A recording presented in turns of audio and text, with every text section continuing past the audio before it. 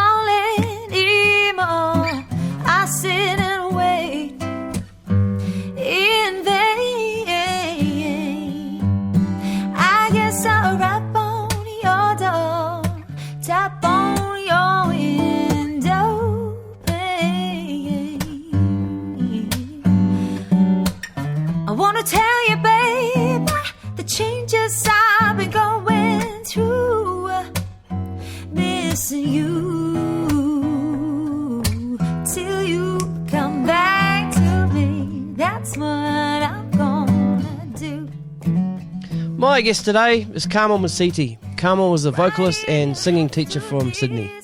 She's sung for many of Australia's greats, including Marcia Hines, Delta Goodrem, Human Nature, Christina Nu, Spud Murphy, Courtney Act, Steve Balbi, Doug Parkinson, Angry Anderson, Vanessa Amorossi, and many, many more, as well as performing on television shows such as Australian Idol, Mornings with Kerry-Anne Kennerley, Midday with Ray Martin, and In Sydney Today, amongst others.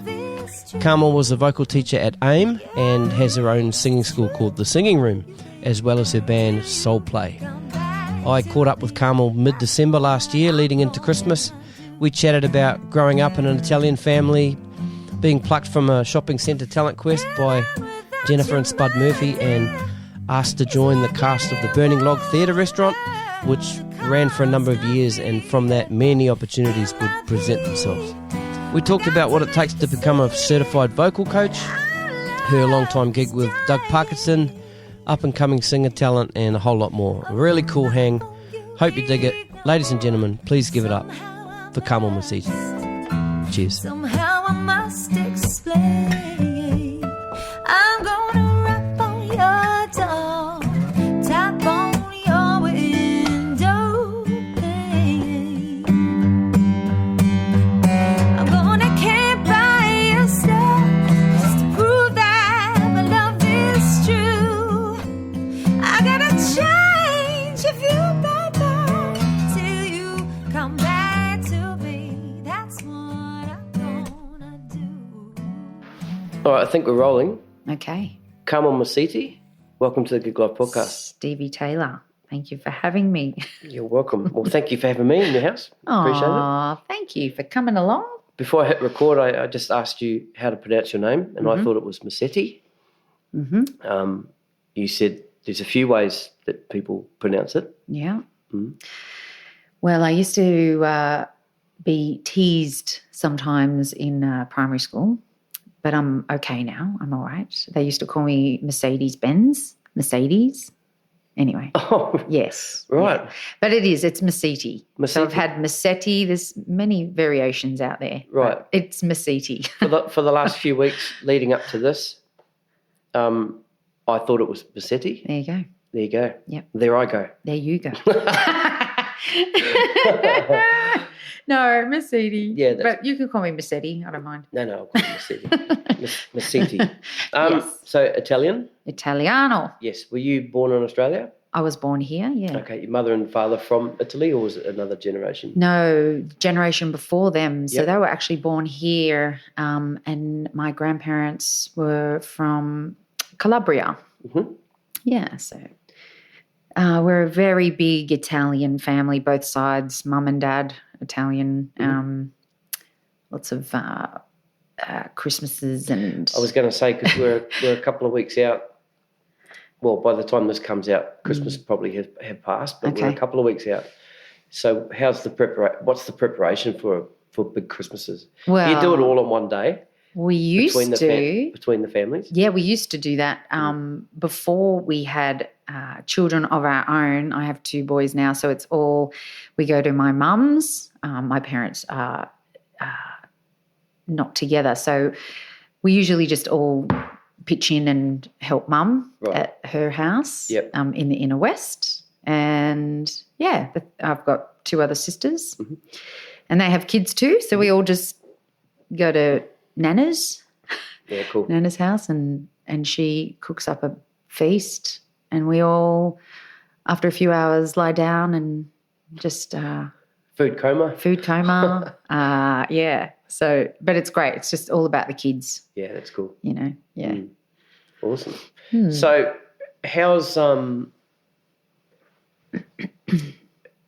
how's gig life, work life leading up into this Christmas season? Are you doing a lot of corporate stuff this time of year?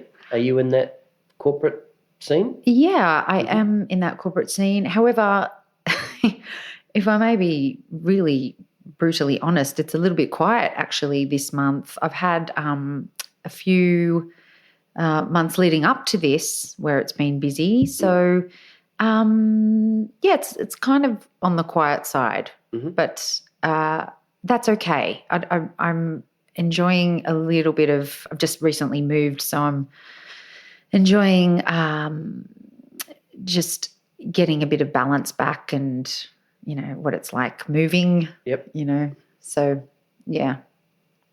Don't worry if you do that. You're going to cut that out. Cut it. It'll be seamless. So Sorry. don't. I was No, like, please. what No, the fuck do I say? I was about to ask something then. So Sorry, I've just done your first little bit of work there for you. I was hoping this would be an eeasy one. No, I'm just kidding. Oh, Jesus. I might leave it in 'cause it's quite I've got funny. no corporate work. I'm actually not that busy. What do I say? I'll go. I like being busy, but Yeah. I wish I was more busy, but I'm actually not. How funny. Right. That's cool. All right. Well, let's roll back to early days. So we've kind of done a little bit of that there, worked out that your mum and dad are from here and your grandparents from overseas. Now, as a young Carmel, were you into music early? Yes. Do you have a musical family? Mum and dad? No, actually, my mum and dad are not musical at all, but they, my mum in particular, had a real love of music. Actually, dad as well, but so we kind of grew up listening to and watching like Hey Hey It's Saturday, you know, John Farnham, the Beatles, all the good stuff. And I just, that actually myself and my sisters all loved to sing. So we would sing all the time. Right. So it was singing from the outset? Yeah, pretty much. My earliest memory for my passion for music and singing was show and tell in preschool. You had to take your favourite thing. So I distinctly remember making a microphone out of a toilet roll, and I scrunched up a big chunk of foil and stuck it on the top of the that's cool. Toilet roll, and I went to preschool with this pretend microphone. Well, all the kids running up going, ice cream. Looks like an ice cream. I can't remember that much, Stevie. Can't remember. I just remember definitely making that microphone and being that's cool. Feeling so proud of myself. Look what I did, Mum. You know. Who would have been that first influence then that made you want to do that mic? Who did you see on stage or video or holding a microphone that made you want to go? Oh wow, that's a good question. I actually don't remember that far back. I just remember I can't remember artists back then because you're talking maybe age 4, 5. I can't remember artists, but I just remember loving music. I might have loved, you know, things like the Care Bears.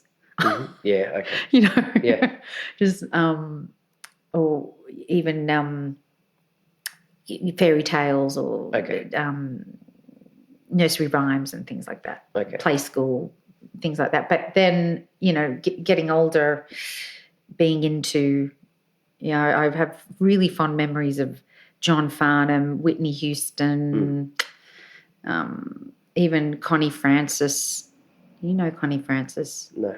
Oh, wow. She was an American singer from the 50s and the 60s. My dad loved her. Okay.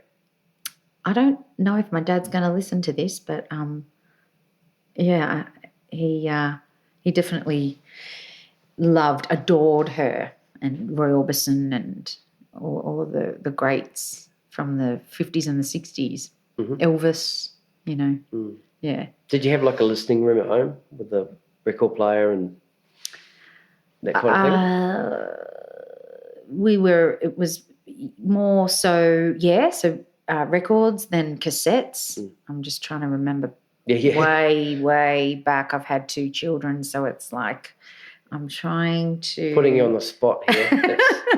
I walk around with constant baby brain. Oh, my goodness. What was the question? Did you have like a...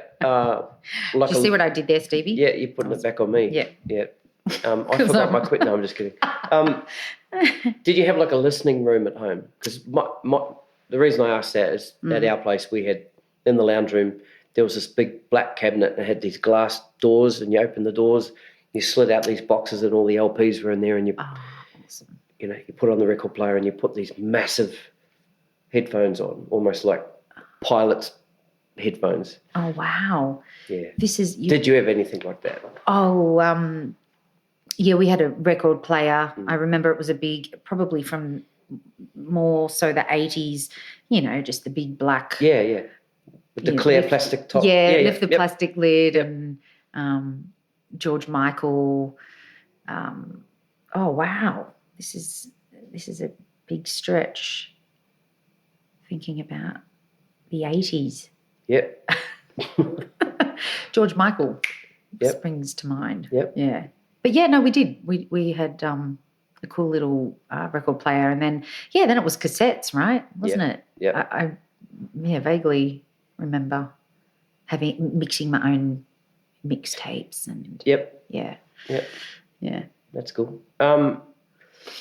So at what stage did you realise that I'm going to take this singing thing a little bit more seriously and pursue it? I think that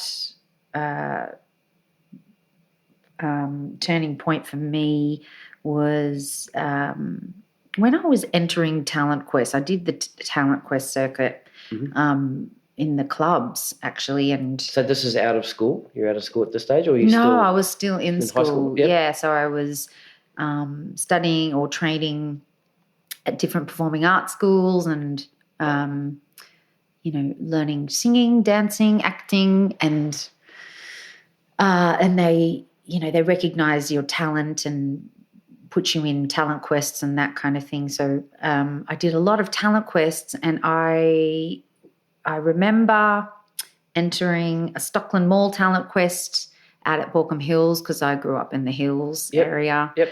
And I will never forget, it was John Bowles. He was the MC for the talent quest. I had a little crush on him for many years, loved him and loved his voice, obviously. Mm-hmm. And then one of the judges was the amazing Jennifer Murphy. And I think I was maybe year 10 or 11. I won the talent quest and then stayed in touch with Jennifer and, of course, Spud Murphy, their team, married. Spud was the musical director for Channel 9 at the time, and one of the morning programs. And they took me under their wing, and that's when I started working professionally at the Burning Log Theatre Restaurant, which was there. Have you heard of? I've heard of that name. Yeah, the Burning Log. So it was a theatre restaurant. Right.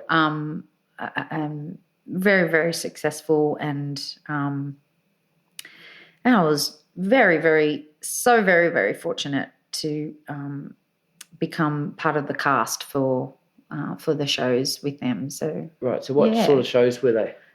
They were it was theatre, so it was not cabaret, more so just fantastic medleys of music of the time and 50s, 60s. Mm-hmm. Yeah, so and it was costume changes. It was a full 3-month out of the year rehearsal period where we would rehearse every day and just laugh and dance, and we had choreographers rather, and so that's kind of how it started for me. And how old were you when that theatre restaurant thing started? I think I was 16, 15. Right. Yeah. So yeah. So very lucky. Yeah, Such right. a lucky girl to have started my career in a professional theatre restaurant, working with the best in the business, like Spud and Jennifer were, and still are mentors to me. So, yeah. Are they doing stuff now? I'm not too sure. I think, Jennifer, yes. Jennifer was the head of the musical theatre department at the Institute of Music, and so was Spud. Spud was involved in that. But Spud is also the musical director for Priscilla, Queen of the Desert, which is... Oh, right. Yeah, Okay. so he's... that's his thing. And he was, like I said, also musical director for one of the morning shows, Ernie and Denise, I think it was. Oh, right. Spud, yes. Ernie and Denise, yeah. Remember that show? Yeah. I used to love Denise and Ernie. Yeah. Denise, funny. So funny, Yeah, so funny. hilarious. And Spud would be on piano and just gags and gags and gags. And yeah, great entertainer, one of the best. So, yeah, very lucky. Yeah, cool. Were you starting to do other gigs as well? Pubs, clubs, that kind of thing? No, it was just still in this restaurant? No, that was And what about school? Full-time. Well, I was doing year 11 and 12 when, or was it, I can't actually remember, Stevie, if it was 11 or 12. But I remember it was taking my study books to rehearsals, and yes, it was kind of probably year 12. So yeah, all my friends from school would be, studying or maybe working a day job or an afternoon job or something, and You were doing this. and I was doing this, and Awesome. but this was like my dream, to just sing and share the love of music. And I just remember feeling I was so excited every Friday and Saturday night, because that was my job. Showtime, man. Every week. And yes, it was absolutely the best time. Yeah. That's great. So yeah, I did year 12 and rehearsing at the same time for this show. So I did, I think, 5 or 6 seasons, which is 5 or 6 years, I think. Yeah. So it was a big chunk. big special time, and part of it still is to this day. I just smile and feel very, very grateful and blessed to have been part of that show. So yes. Did you see it starting to come to an end? It unfortunately closed down due to, I think, maybe poor business decisions from the owners of the restaurant. That had nothing to do with production. Yep. So yeah, that was a big wake-up call.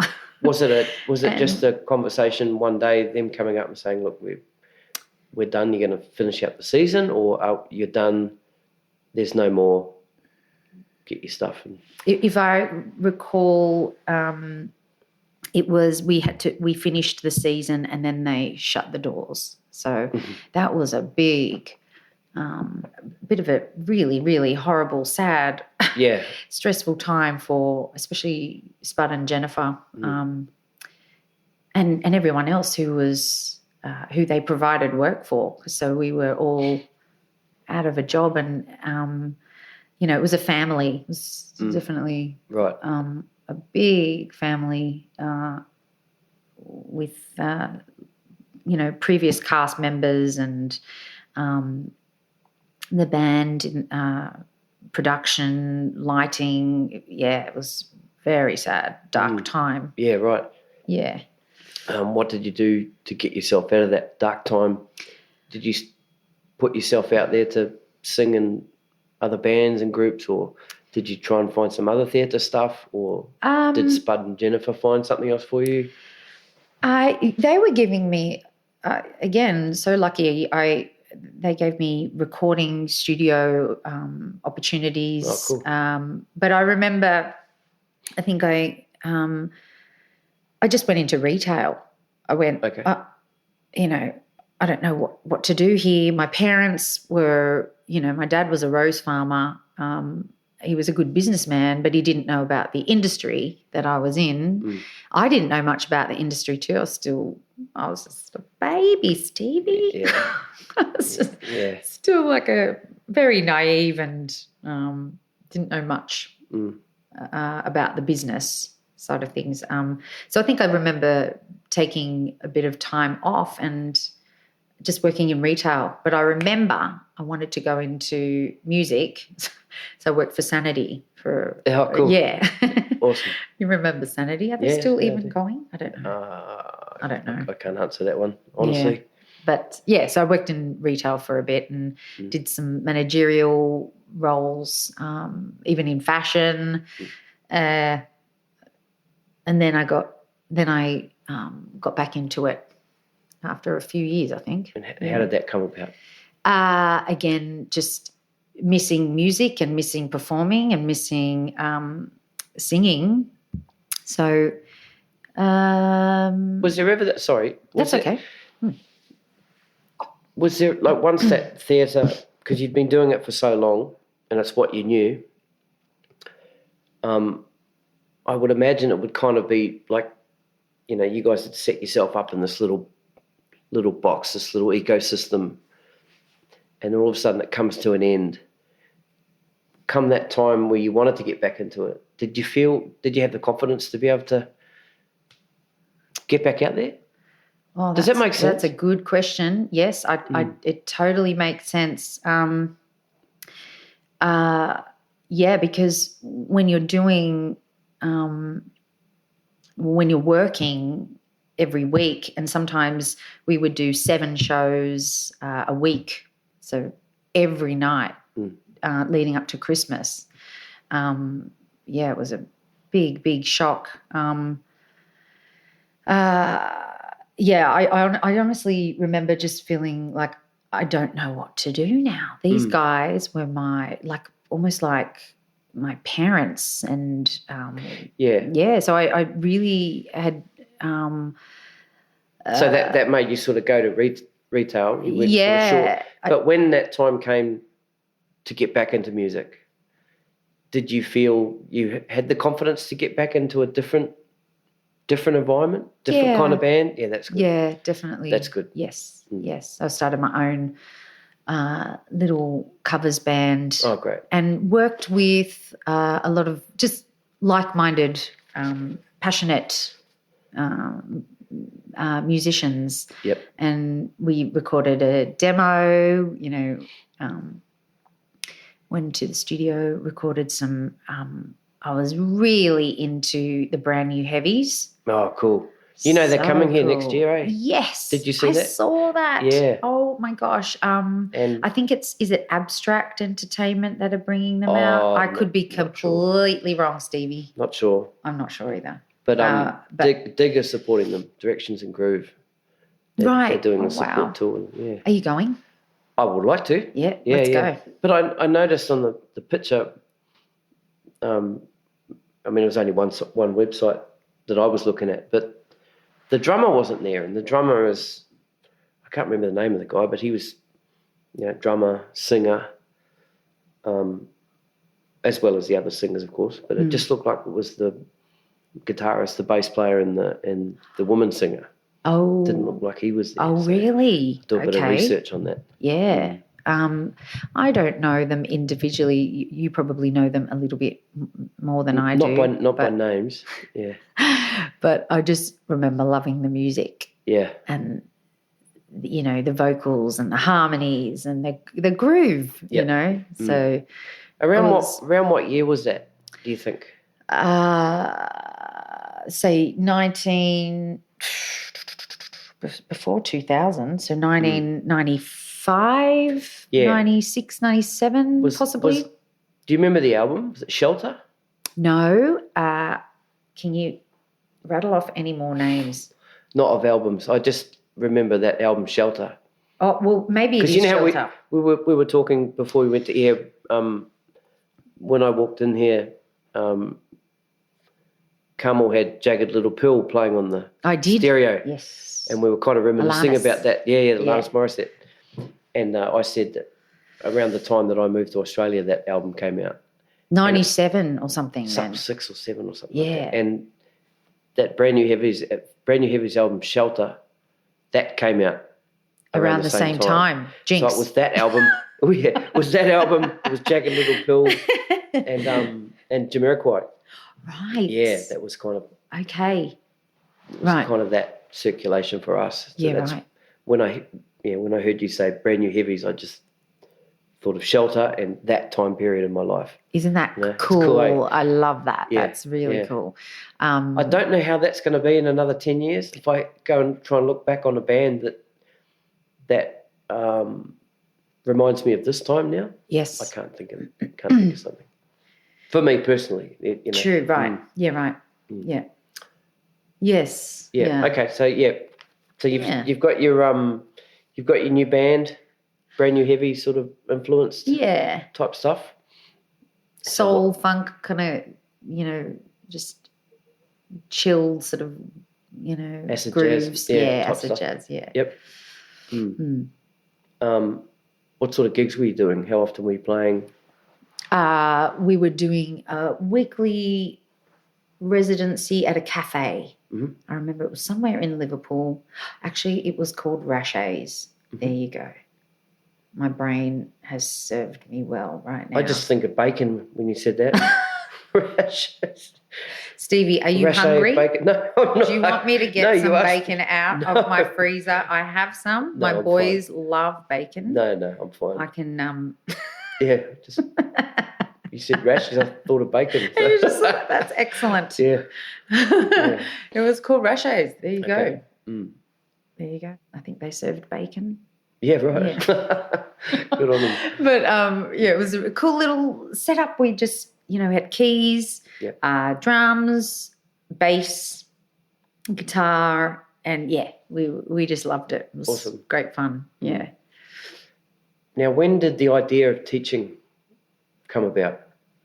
Oh, well, this Vocal actually, it's, you know what? It's actually always been hand in hand with performing. So when I was studying singing and dancing, I would kind of come to the end of the performing arts run, I guess, and then they would, again, based on your ability and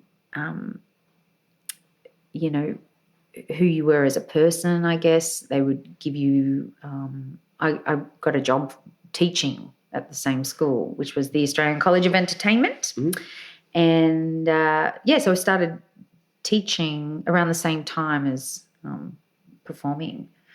Yeah, cool. With, the Burning Log Theatre Restaurant was, I think I started teaching when I was 16, okay, cool. 17. Right. Yeah. Yeah. The school was at Parramatta. Actually started at Parramatta. Is it still there? No. Right. No. It's been taken over and it's got a new name. Okay. Yes. So, yeah. You also taught at AIM, is that right? Yes, I did. Yeah. For a few years. How did that come about? Well, again, my mentor and guardian angel on this earth, Jennifer Murphy and Spud Murphy from the Burning Log were presented me with the opportunity to teach there. So cool. Yeah. So started in the musical theatre department and then crossed over to the contemporary department as well. Yeah. Okay. So are you working to a set syllabus? Again, let's think back. So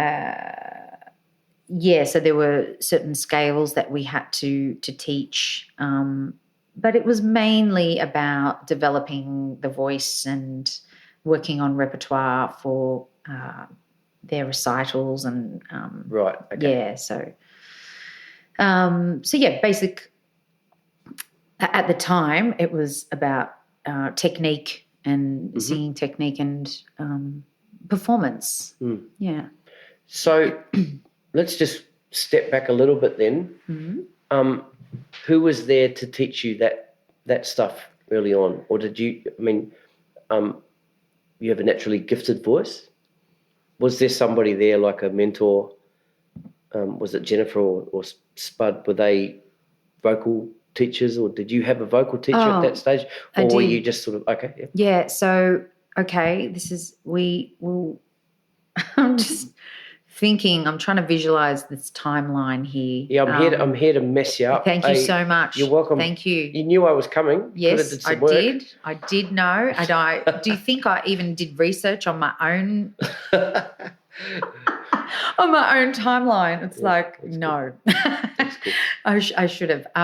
No, but yes, I will. I would love to mention my very first singing teacher, oh my goodness, was Frances Chambers, who was a classical singing teacher. Now, she taught me so much about singing technique. I was so reluctant. I think I was 14. I really didn't want to go, but my mum and dad were like, Carmel, you have to go.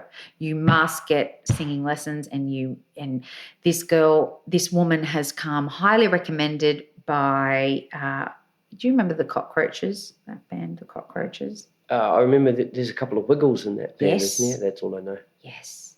And one of the guys from that band, we sort of indirectly knew, so it was word of mouth, that he was having lessons from Frances Chambers. So I got lessons with her. That was my, aside from doing singing at performing arts schools, she was like my one-on-one, private teacher for a few years. Yeah, I was going to ask for how long.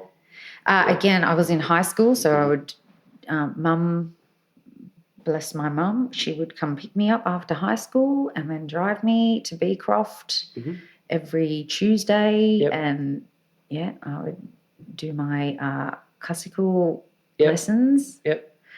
And, so I think I was a bit of a favourite. I ended up, having a really lovely relationship with her because she did a lot for me. But I just remember thinking, I don't want to sing classical music, Mum. And I have total respect for classical music, but I just remember thinking, at the time I was into Mariah Carey and Whitney Houston, and I just wanted to sing, and I, wanted to belt out Whitney Houston tunes. So it's like, and I was learning classical pieces. But, total respect for that decision from Mum and Dad because, again, it taught me a lot. She taught me a lot. That's great. Yeah. Cool. All right, so because I bounced back, we're going to get back to where we were. What happened after AIM? Well, okay. So during We are bouncing around a bit, but we are. we'll work it out. That's okay. We will totally work this out, Stevie. We, it's midnight, but we'll no, it's not. Yeah. It's not really. Oh yeah, okay. That's right. I was married at the time, and I was pregnant, so I had to stop teaching to have my first child. Okay, so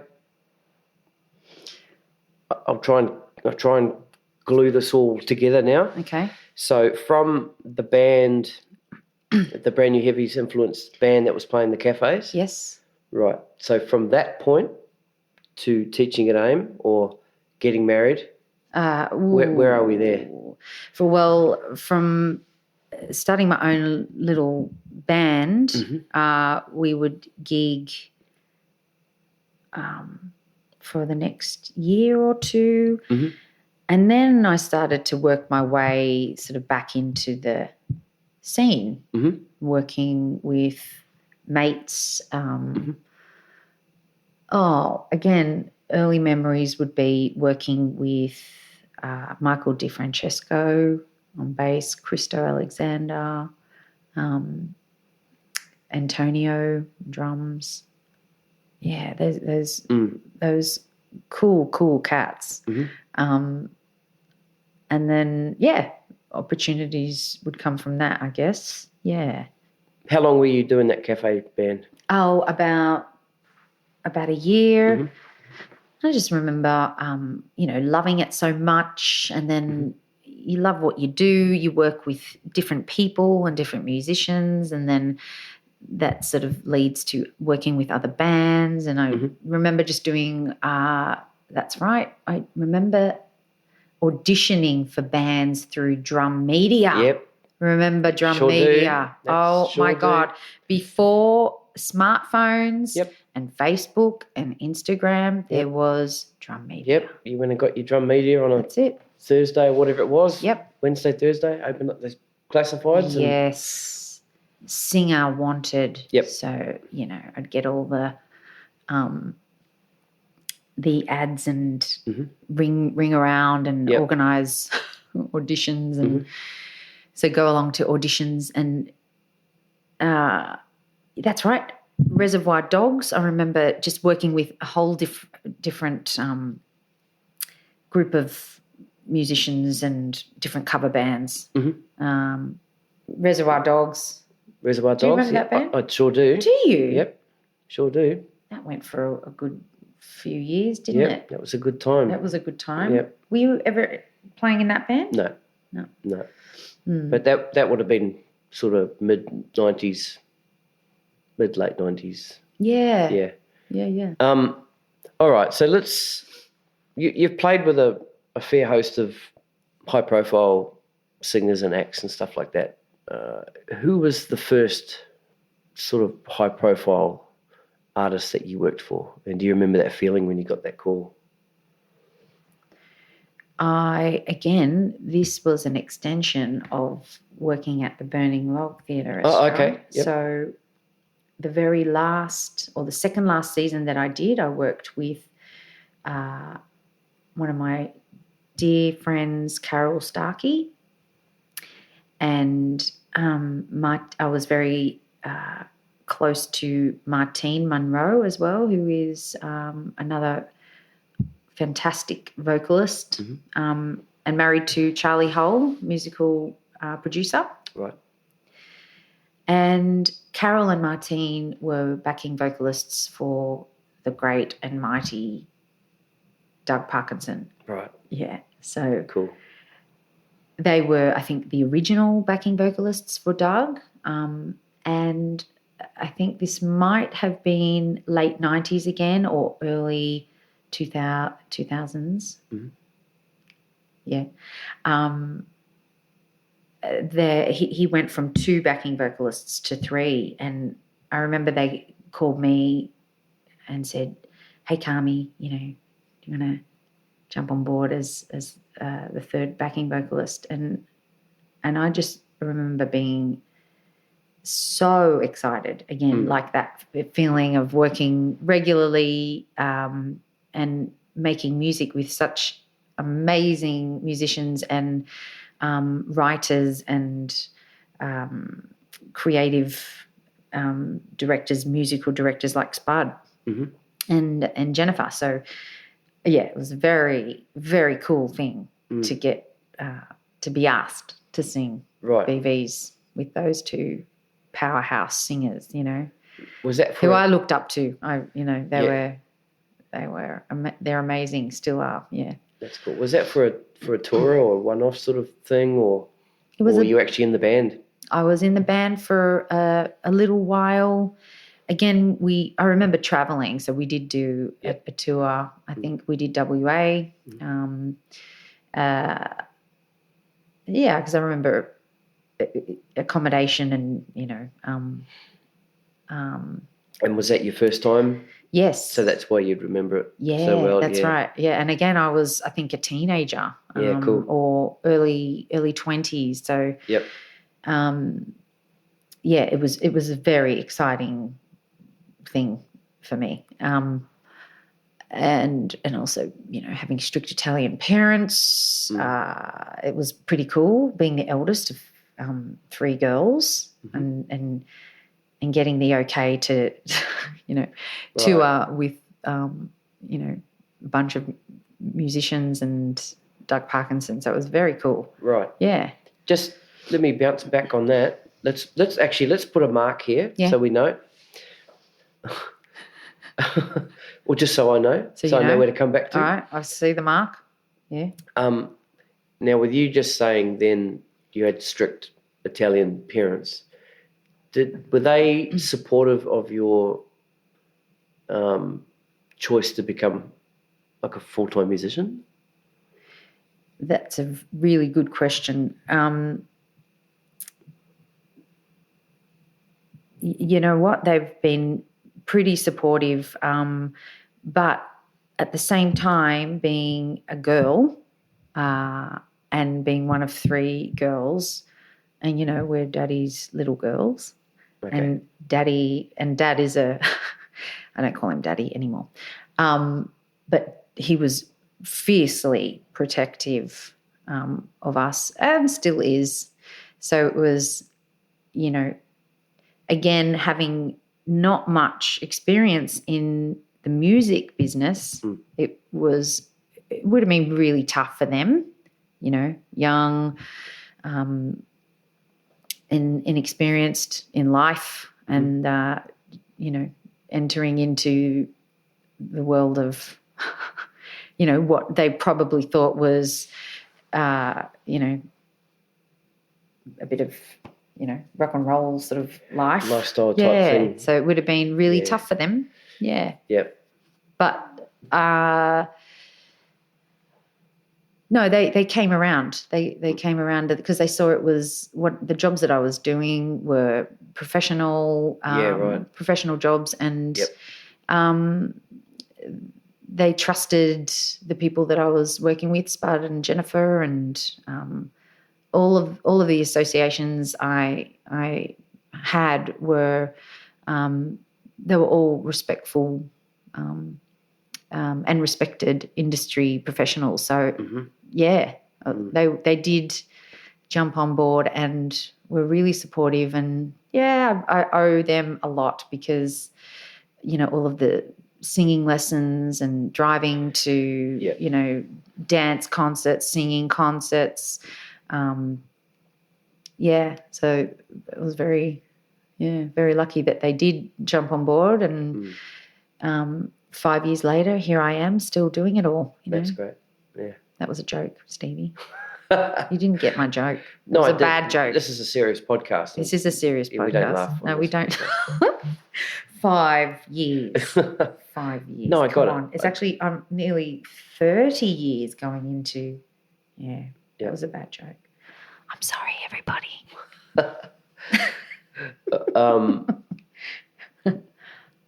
You come back from the Doug tour or the Doug band thing. Did you know that was going to end? Was that for a short period of time? I didn't actually know. No, Yeah. I just remember again feeling very excited to be a part of that Yep. musical adventure. It was just the working with the greatest musicians and singing And who was- fantastic music. Who was in the band at that time? Do you remember? I don't really remember. I just remember because I was part of the backing vocals. Actually, no, I do remember. Pardon me. That would be Bettison, John. Oh, John Bettison. Bettison. Okay, yeah. You know him, I don't know him personally. I know, but who you he know is. of him. Yep. Yeah, he was in the band.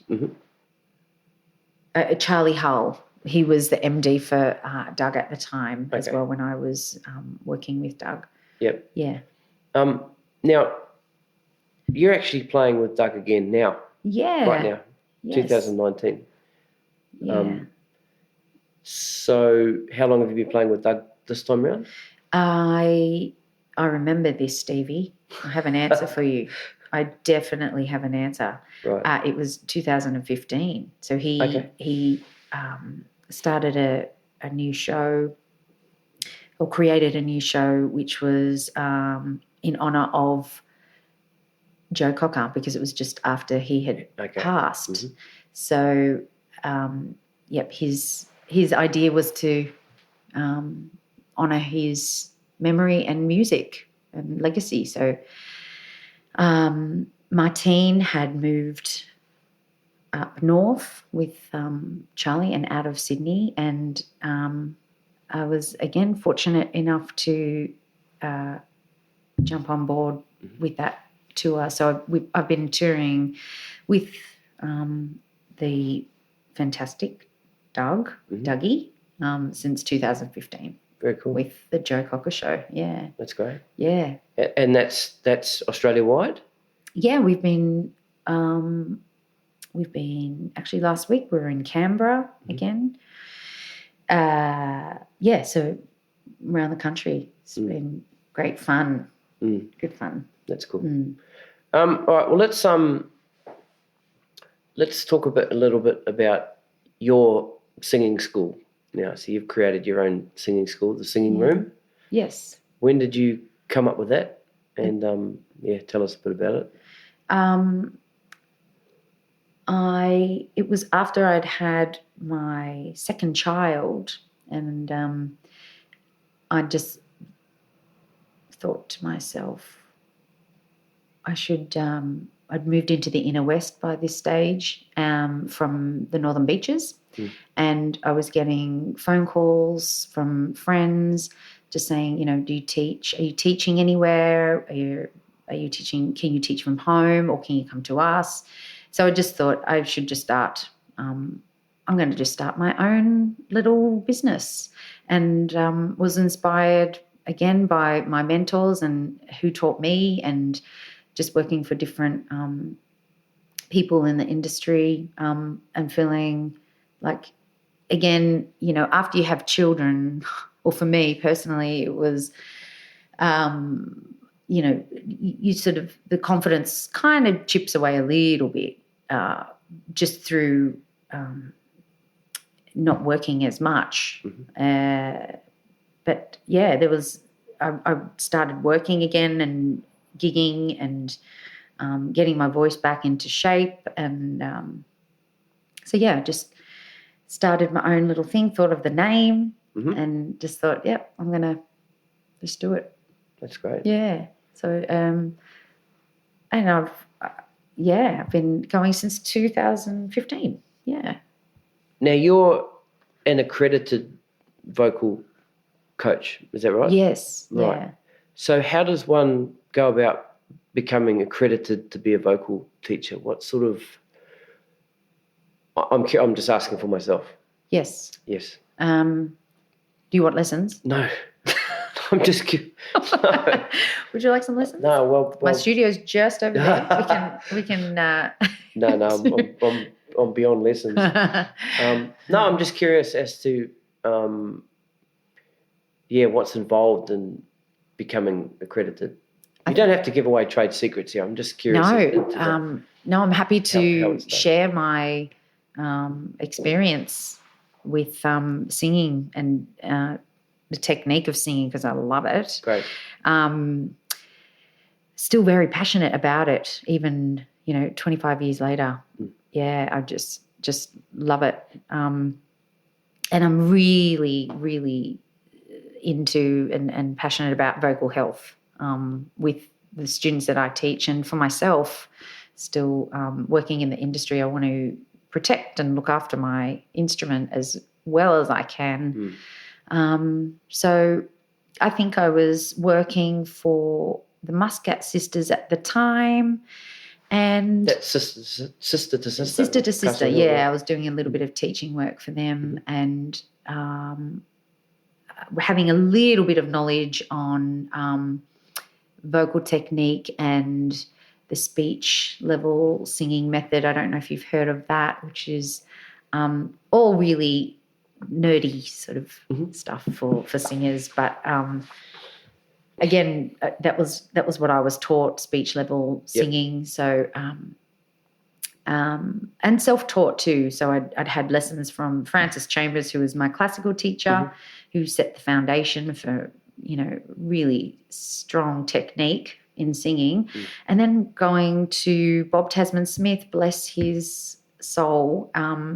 He was also my teacher for many, many years while I was at the Burning Log, and after that he was, again, another mentor for me as a singer, vocalist. So taking really sort of strong interest in that technique of singing and method of singing.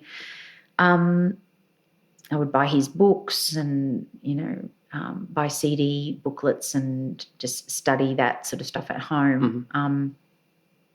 After working for the girls, I noticed how, some of their students would come in and they'd have these really fantastic mixed voices or connected voices, and just, gave them credit for that. I was just so impressed with that. So they told me about IVA, and which is the Institute for Vocal Advancement, which is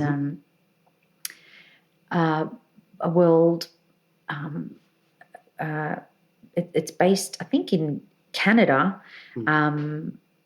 and you basically study online and do webinars and that kind of thing. And there are different levels and stages. I managed to I did the student teacher level, which was 2 years. I remember feeling really proud of myself because I had a little bub at the time, and all the webinars were based on US time, so it was waking up in the middle of the night, and you're probably already awake. Yeah, sometimes I would be, but otherwise it was like setting the alarm and hitting snooze 1,000 times before feeling awake, and then so I'd studied for about 2 years, just real basic speech level singing techniques, and loved it.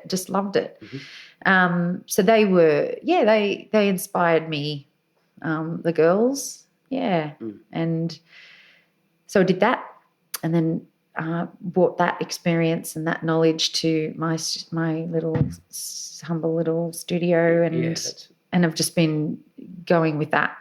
Or pretty strong with that, and other techniques that I know of, and pass that on to my gang. That's awesome. I've been struggling with my voice in this smoke, bushfire smoke, and I was thinking, driving in today, that would be a question I'd like to ask you. How have you noticed a change in your voice, or are you having to manage your voice to kind of deal with this bushfire smoke? I tell you, it's kind of crippling Sydney at the moment. Yeah, I tell you what, I've like I said, I've just moved, and this place is really open, and I've got lots of windows. I definitely, any other summer, would keep everything open, but this summer. It's just been you've just got to close everything up and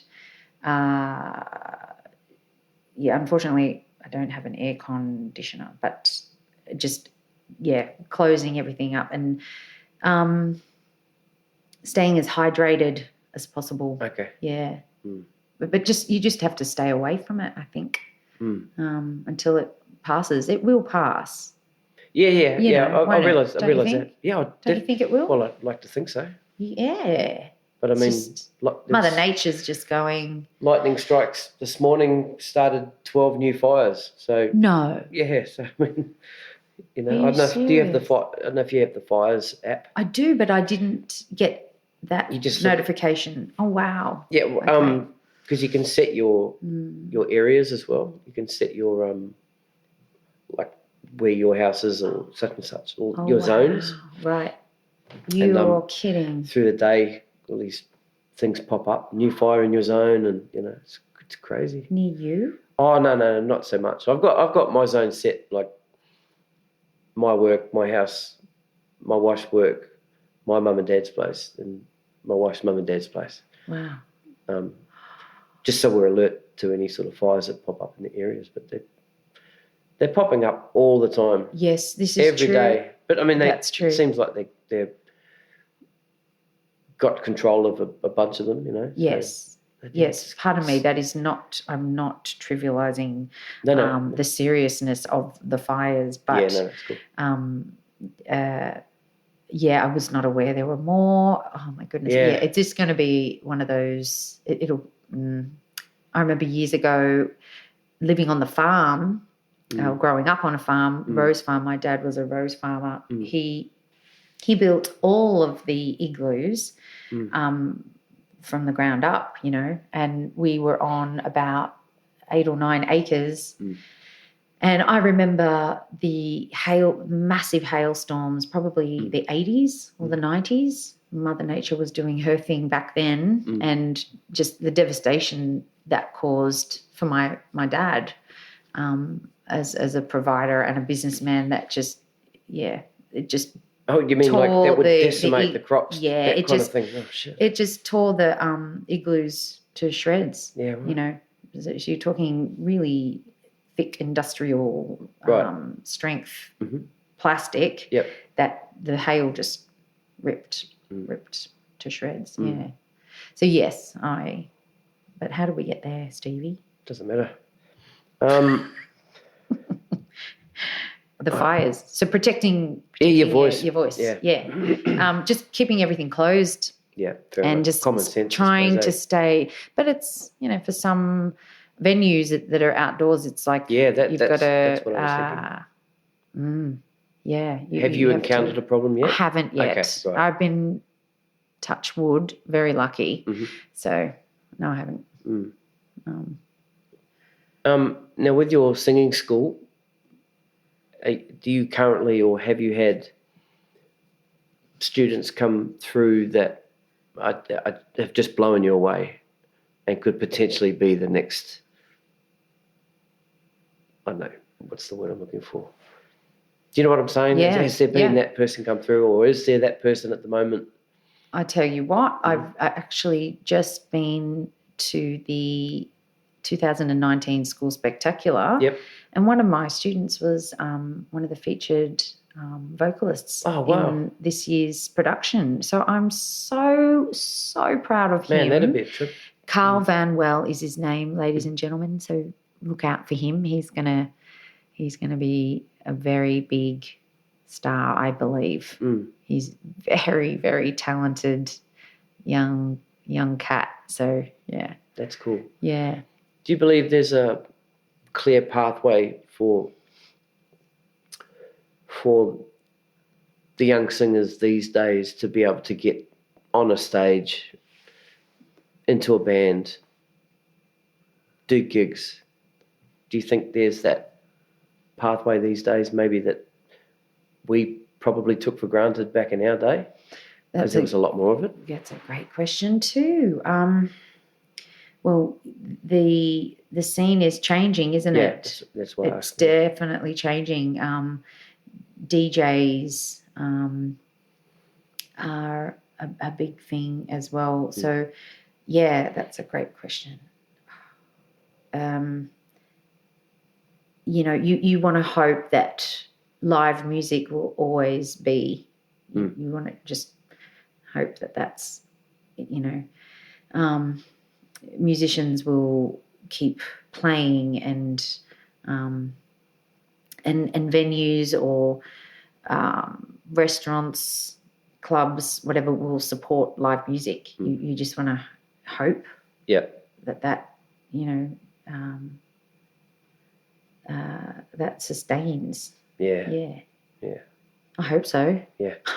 But I think it's maybe easier now. What do you think? Like with YouTube and the internet and social media. It is easier, which means there's a hell of a lot more people doing it. Yeah, that's true too. So yeah, that's the thing. Yeah.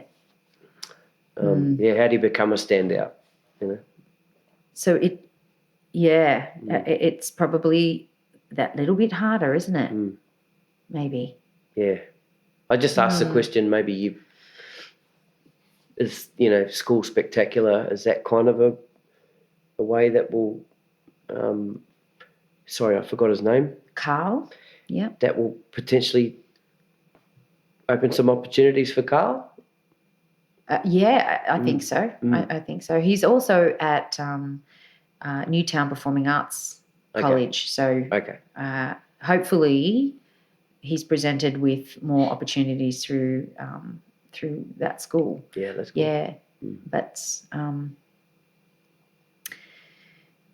Yeah, but programs like I think it's New South Wales. I must check with my students, but some of them do New South Wales singers programs. There's probably so much out there that I'm not even aware of in terms of opportunities for young performers. Right. I'm still learning myself, about it all. But I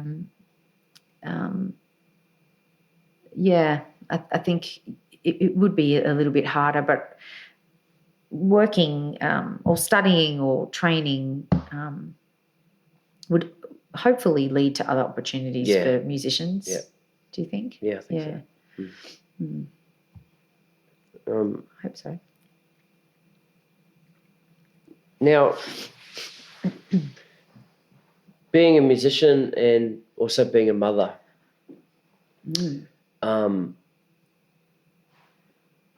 how do you find that balance? How do you make that work? To be really honest, I've just gone through a big sort of life change in terms of family structure. So is that too candid? Maybe. I'm not sure. But that's up to you. Yeah.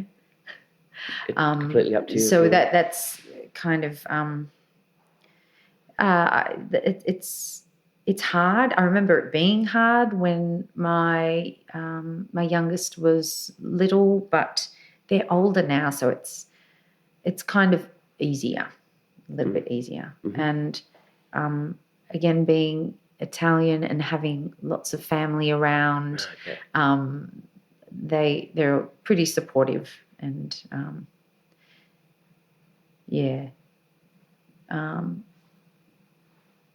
no, I'm managing. That's cool. I'm managing. I think. I hope I am. Yeah, because it can be very, very challenging. Yeah, I'm sure. Just having the energy, even. Oh, late nights. Right. That's why coffee is my best friend. Has there been like a standout gig for you, standout band or performance or? Yes, I've done. I've sung backing vocals for a few international artists when they've come here for the Mardi Gras. Oh, cool. Yeah. So, and the artists were Chaz Bono, and it was just after his whole sex change thing. Mm-hmm. So that was very, very cool, Mm-hmm. working with him and Courtney Act Yep. and Jake Shears from the Scissor Sisters. Oh, cool. That was a really cool gig, Stevie. Yeah. It was really, really great. And, you know, he used all local musicians. So Sydney, it was a whole Sydney team except for his MD. Mm.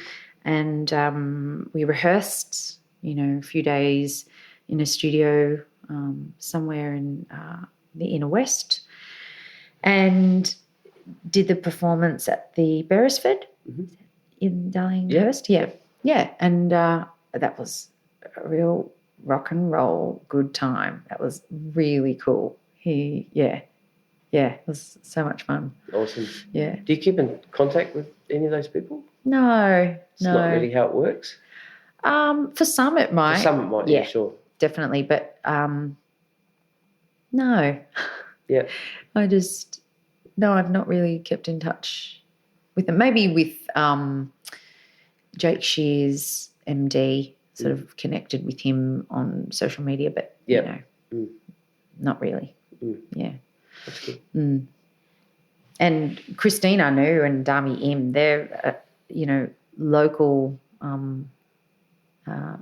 amazing vocalists. Mm-hmm. So that they're fantastic gigs as well. Doing BBs for those. Right, and you're still those playing, girls. You're still singing for them? Occasionally, yeah. What's your main gig at the moment? Main gig would be having the studio, teaching, and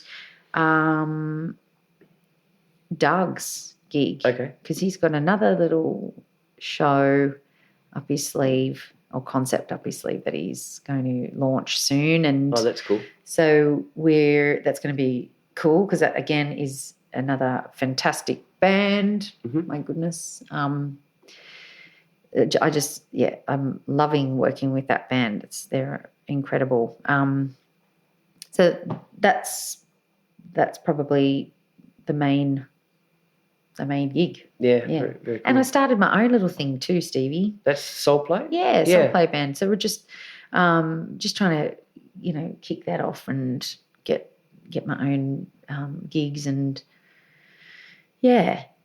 so hopefully 2020 we'll get, you know, more work. That's cool. Is that just a duo or you got different... duo, trio, we've got different outfits that we can cool. So that's great. Corporate stuff, public gigs. So I'm looking forward to doing more with that and hopefully a little bit of writing next year, which I've not done in years. So hopefully. So have you ever recorded? Have you recorded any of your and released any of your own stuff? I've not released any of my own music, but I've written a couple of tunes and did this probably the early 2001 or something, 2001, 2002, years ago. That's a long time ago, my goodness me. And so I haven't really written Well, so you've lied then because have I lied to you? You've only been in this game for 5 years, you said. Oh, my goodness me. Gotcha. I am busted. Gotcha. I'm big time busted. What is going to happen? I have to go into that naughty corner over there, don't I? Yep. And Santa will not be bringing me any toys. But no, that's cool. That's exciting that you've got some working on some music. Yeah, that will be cool, yeah. I mean, we were talking before about how it is easier for people to get their stuff out there. So that's definitely like, you know, for someone like yourself, established, and you've got a very unique voice, I think, a fantastic voice. Thank you. That you might be able to cut through the shit. You know what I mean? Yeah. Once you release your music. So. Oh, thank you. So that's something. Even maybe early 2000s to be able to put something together would be quite expensive. Whereas these days, maybe not so much. Yeah. Yeah. and you know, it's just about being creative and working with people or musicians that are your mates. That's it. I think the older I get, the more I realise that's kind of really important. Yeah. Especially when you've got kids and you're providing Just for them. haven't got time for bullshit. Yeah, no, not at all. Yeah. Not at all. And that's a bit of a life sort of motto, I guess. Yeah, because you want to come home and you want to be the best for your kids. So, you know, yeah. That's exactly what you're talking you about. know, yeah. So, yeah, making music with mates is you know, important, I think, yeah. That's awesome. Yeah. All good. Beep. Well, on that, I think that's a good way to finish it. I was, you know, just as I'm getting warmed up. You're starting to remember all those. I can list fill in all those gaps. Yep. The right. timeline. Right. We could really be here till 3 o'clock in the morning because I'll just go home. My brain's on fire now. I'll just go home and just edit. Do this 4-hour edit. It's going to take. No, I'm just kidding. Have we been talking for 4 hours? No, really? That's how long it's going to take me. Oh my God. To cut it all up and move it. No, I'm kidding. Oh God. No, shit, no. No, it's all good. Man, because it's been fun talking. I want to talk some more now. Yeah, that's cool. We'll do a part 2 one day. Yeah. Okay, cool. Yeah. I'll come to you. Sweet as. Or I can bake a cake. I love making a cake. That's cool. Yeah. Carmel Mesiti. Did I get it right? Yes. Got it right, eh? Yeah, awesome. Give me a high five for that, brother. Yeah. Awesome. Thanks for coming on the podcast. It was great to talk to you. Great to meet you, and wish you all the best for everything you're doing. And awesome. Thank you. You're a legend. Sweet as. You are a legend. Thank you. Shining light on so many musicians and, you know, important people in our industry who are, you know, keeping it alive. So I thank you. I thank you. And I'm going to go listen to all 5,000 of your podcasts now, okay? Awesome. Thanks so much. Awesome. Thank you for having me. All right, Carmel. Have a good Christmas. Thank you. You too. All right. Catch Bye. up. See ya.